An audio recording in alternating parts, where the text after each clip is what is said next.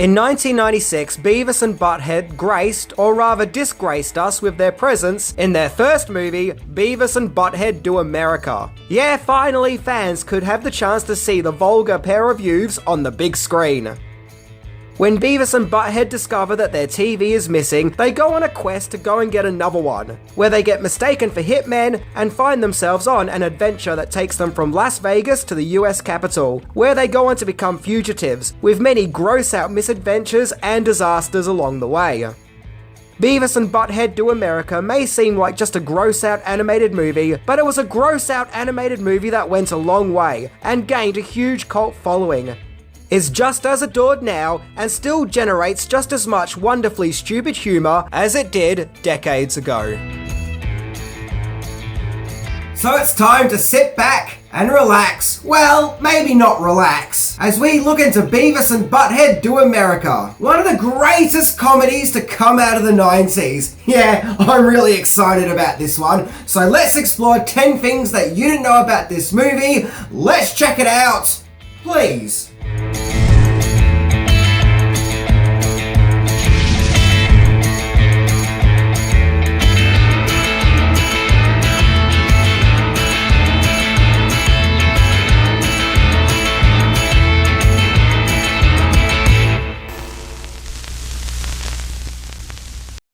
Number 10. The origins of Beavis and Butthead.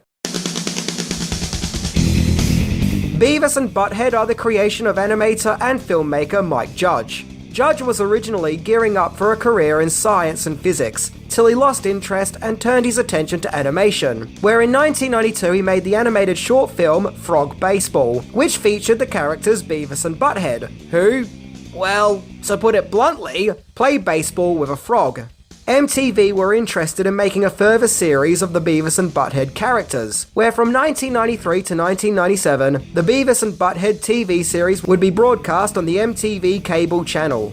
Beavis and Butthead themselves were both voiced by Judge, and were depicted as being grotesque, idiotic teenage boys who spend most of their time eating junk food and watching TV, and going on several misadventures.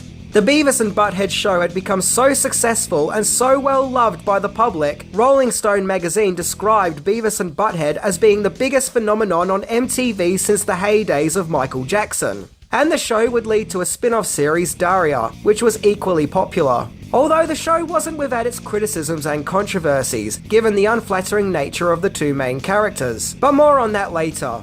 Judge himself would go on to have a very successful career, going on to co-create fellow animated comedy King of the Hill, as well as directing Office Space. I think it goes without saying that thanks to MTV, Beavis and Butthead became icons of 90s TV and pop culture in general.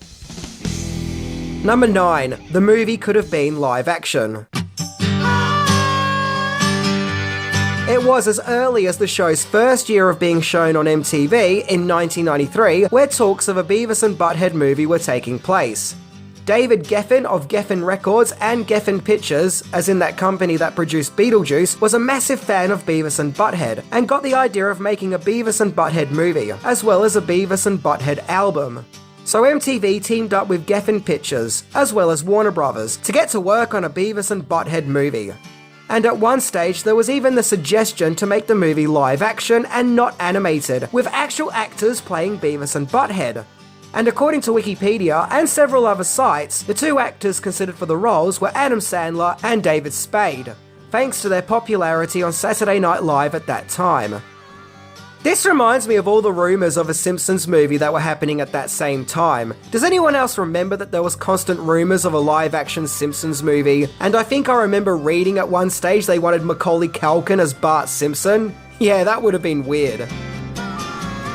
Number 8. Another production company took over. Warner Brothers had lost involvement in Beavis and Butthead Do America when MTV's parent company Viacom had been bought by Paramount Pictures in 1994. So thus this meant Paramount Pictures were now going to produce the Beavis and Butthead movie. The change in production companies would actually be a benefit for Beavis and Butthead creator Mike Judge, as he was able to convince Paramount to not make the movie live action, but to stick with animation like the show that it's based off, as he was against the idea of Beavis and Butthead not being in animation. Thankfully, Paramount agreed, and so because of this, Beavis and Butthead got to be an animated feature film, thanks once again to Paramount Pictures. Animation is just the formation of the world of Beavis and Butthead, and it just wouldn't look right if it was presented in any other way. So I agree, the world of Beavis and Butthead has to be animated. And so thankfully because of that, we got Beavis and Butthead Do America the way that it is. A movie with memorable lines like, "Your butt sucks," and a movie that oddly really has a fascination with cavity searches. Number 7. Talent behind the animation. Mike Judge co-wrote Beavis and Butthead Do America, along with Joe Stillman, who not only wrote for the TV series, but would also write the first 2 Shrek movies. Mike Judge was also the director, as well as once again providing the voices of Beavis and Butthead. The animation for Beavis and Butthead Do America was provided by Californian-based animation studio Rough Draft Studios, who after would go on to animate Futurama and Star Wars Clone Wars. Apparently there were some difficulties and teething problems in the movie's early days of production, due to most of the animators mainly working for TV prior to the new Beavis and Butthead theatrical movie. A standout moment in the movie was the truly surreal and nightmarish hallucination scene in the desert. Man, this scene was something else, wasn't it? And it really does elevate the movie. It's like that wow moment that makes the movie memorable and stand out. It's both really creepy and disturbing, but at the same time very creative, and you just can't take your eyes off it. I've heard lots of stories that Rob Zombie directed that scene, or at least had something to do with that scene's creative process. But once again, according to Wikipedia, the animation in the hallucination scene was more inspired by the work of Rob Zombie, and that scene was directed by filmmaker Chris Prynowski. Number 6. Celebrity voiced cast. So as mentioned, Beavis and Butthead were once again voiced by Mike Judge, who voiced the characters in the TV show. However, the movie also features a character called Muddy Grimes, who mistakes Beavis and Butthead for hitmen and sends them out to assassinate his wife, Dallas Grimes, which leads Beavis and Butthead to all kinds of misadventures, on the account that they believe that they are going to, quote, score with her rather than go and assassinate her. Well, Muddy Grimes was voiced by Bruce Willis, and Dallas Grimes was voiced by Demi Moore. The funny thing is that at the time, Willis and Moore were actually married in real life, and, well, as we all know, they would go on to get a divorce, so I guess it makes sense that they would play a troubled married couple. One thing I find fascinating is Beavis and Butthead Do America came out the same year as Disney's Hunchback of Notre Dame, of which Demi Moore also voiced Esmeralda for that movie. So I like to think that while voicing that character, Moore would leave the Disney studios and go to the Paramount ones to do her voice work for Beavis and Butthead. You know, being all prim and proper for Disney and then crass and vulgar for Paramount all in the same day. I don't know why that idea gives me so much joy, but it just does. Other known famous faces who lend their voices to Beavis and Butthead Do America include Robert Stack as Agent Fleming, which was a truly funny performance. Greg Kinnear as Agent Bork, and interestingly, David Letterman as a Motley Crue roadie. Most random indeed. Okay, he's credited as a Motley Crue roadie, but he's actually Butthead's dad. Yep, what a twist.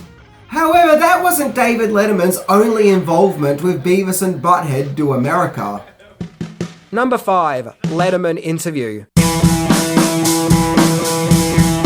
So to help promote the movie, Beavis and Butthead appeared on The Late Show with David Letterman. And yes, their actual animated selves actually turn up on the stage and talk to Letterman about the movie, despite the fact that Letterman can't seem to make much sense out of them or get cohesive sentences. It's charming in its own 90s kind of way. Obviously the animation was added after filming, and I love how Letterman is looking at them, but still not quite staring at them, like his cues were slightly off. But that's great. It just adds to the ridiculousness of it all. They even show a clip from the movie, of which Beavis informs us the clip isn't the entire film, just enough to, quote, wet your pants. Okay, well I'm glad they got that cleared up. The interview ends with Letterman slapping Butthead, which then leads to Beavis and Butthead beating the ever-loving piss out of each other.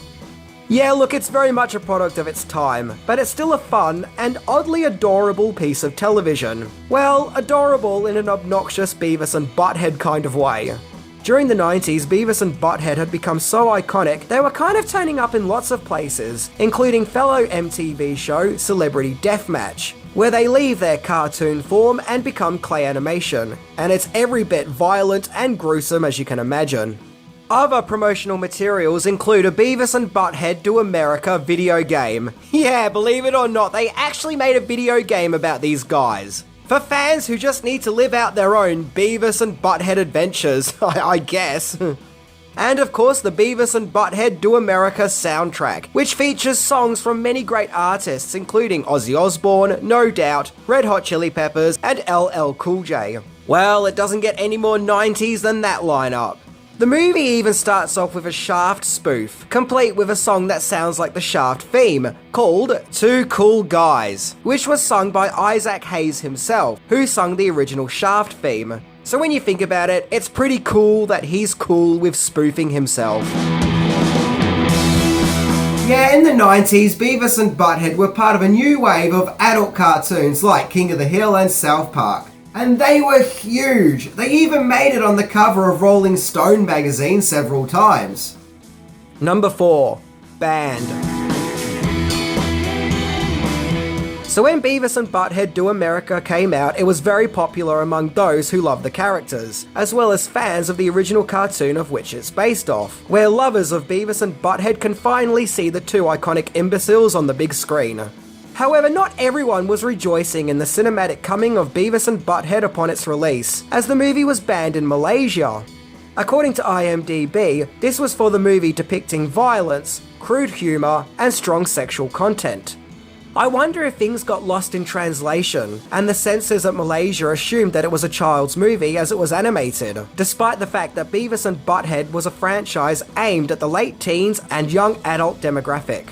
That said though, Beavis and Butthead were somewhat controversial among the older crowd back in the day. When the movie came out, not everyone was laughing, as Beavis and Butthead Do America was nominated for 2 Golden Raspberry Awards, despite its popularity. In fact, supposedly Robert Stack was kind of embarrassed to be a part of Beavis and Butthead Do America, and asked the powers that be for his name not to be mentioned in any of the movie's promotional material. Once again, going back to the sometimes trusty IMDb. He did eventually come through and learn to appreciate his role in the movie more. Hey, I think he should be proud to be a part of Beavis and Butthead. If Airplane is good enough for Robert Stack, then Beavis and Butthead Do America should be too. Number 3. Deleted scenes. So there are 2 infamous scenes that were removed from the final film. One involves Beavis and Butthead visiting the National Archives in Washington DC, where Beavis needs to use the toilet, but can't find any TP. So he finds the Declaration of Independence and uses that instead. The scene was cut when Mike Judge noticed that scene just didn't go down well with test screenings. Maybe using the Declaration of Independence to wipe your behind was just going a little bit too far, who knows. The other deleted scene was a shot of the then president's daughter, Chelsea Clinton, packing up her stuff when the boys approach her in the White House. This scene was put together with the anticipation that Bill Clinton would lose an upcoming election, which he did not, so an alternative scene was used where she wasn't packing up her belongings, but instead just folding up what looks like a green blanket or whatever that thing is. Several other cuts to the film had to be made in order to maintain a PG-13 rating. These scenes include a scene with nudity and a scene where Beavis and Butthead have a sip of whiskey, because, according to the rules and standards of the MPAA, the scene technically was considered as promoting underage drinking. So, naturally, it had to go. I guess all the other stuff Beavis and Butthead do in the movie is fine, but heaven forbid if there is whiskey involved. Number 2, the movie was a hit on UK home video. It seems that one part of the world where people just couldn't get enough of Beavis and Butthead Do America was the United Kingdom, as in 1997 when the movie was released on VHS, it was a bestseller and went to the number 1 spot of the UK video charts on release. I didn't even know such a chart existed till now, but there you go.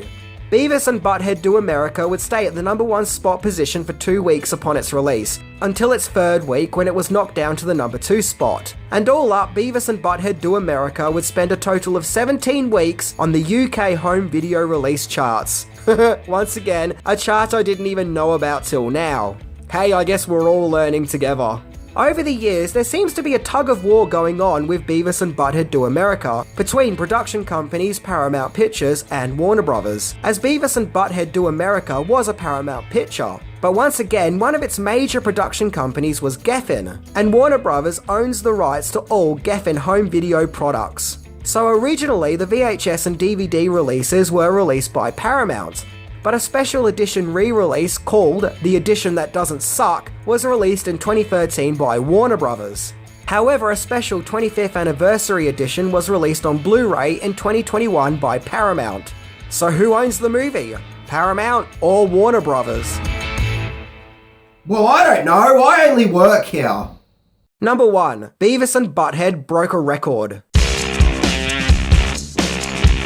Beavis and Butthead strolled down the red carpet of movie stardom on December the 20th, 1996, and the movie was a surprise hit, making just over $63 million on its $12 million budget, making it very profitable. But not only that, it broke a record for highest opening weekend for a movie release. However, although this record was impressive, it was then beaten the following year with the release of Scream 2. Yeah, typical Ghostface coming in and ruining everything. Beavis and Butthead Do America got surprisingly great reviews from critics, who seemed to understand the joke and get behind its vulgar crudeness. Equally surprisingly, Roger Ebert gave it 2 thumbs up, and found it to be something of a satire of American youth. And I guess he also saw it as being a further extension of what Wayne's World had previously created. Now, due to the movie's massive success, there were plans to make a sequel a few years later in 1999, but that didn't end up happening. And over the years, there were several stories popping up here and there of a potential further Beavis and Butthead movie. Till finally, this year in 2022, we got Beavis and Butthead Do the Universe, a whole 26 years later. Now, I don't think it needed to take that long for a sequel to come out, but you know what they say, better late than never.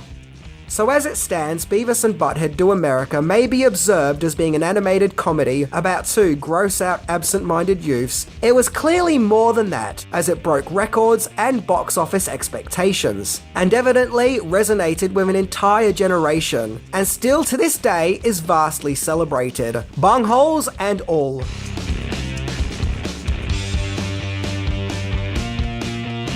I think that Beavis and Butthead Do America is genuinely a funny movie, and there's just something addictive about watching these 2 grotesque morons operating in their environment, completely absent to everything and all the chaos happening around them, most of which that they're causing. It is definitely a very satisfying watch. And I actually do think that this movie is up there with the theatrical comedy greats. Anyway, I'm Minty. And seriously, how did this movie get nominated for a Razzie? I think the Razzies themselves should win a Razzie for that one. See ya!